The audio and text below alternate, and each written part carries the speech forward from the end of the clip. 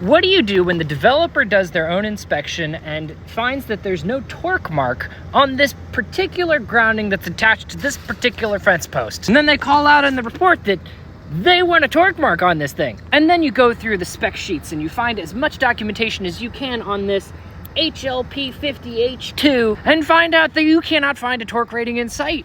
Not for the U-bolt, not for the ground clamp. You tell them to fuck off. No, I'm just kidding. Let's go deeper. So obviously there's no information on this thing at all. It's just a clamp and a nut and a bolt coming out of here and a U-bolt. However, if you open this up, you can see on the back, there's a model number we can look up. F593CTHE at the bottom. You can look up this Fastenal document, which has torque ratings for all of these ASTM 590, whatever the number is. And this is a 5/16 inch bolt, which if we're doing a dry torque, that's gonna be 149 inch-pounds. Of course, it says down here that the torque values can only be achieved if nut or tapped hole has a proof load greater than or equal to the bolt's minimum ultimate tensile strength. Took me like 4 different tries to read that. So let's go look at the nut.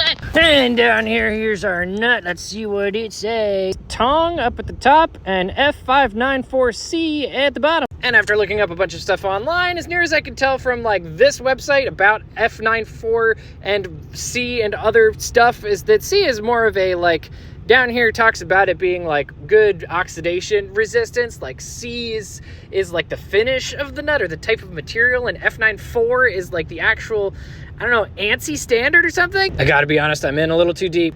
This article from Portland Bolt, just cut off at the top, talks about F94 and A194 and talks about these are actual ASTM standards, which can be purchased from ASTM. This other data sheet from another thing after I searched for F94 torque and a bunch of other things popped up this data sheet that says F94C has approved strength for hex nuts of 100 KSI.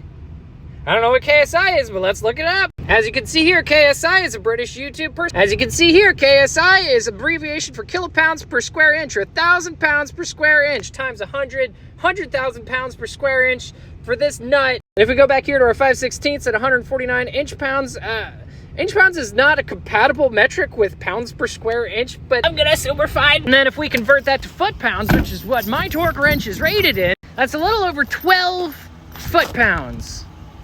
149, yeah, sure. That's about 12 right there.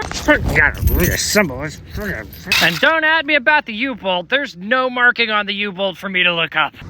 There we go. All that just because somebody wants to see a freaking torque mark on a ground wire. This so doesn't matter.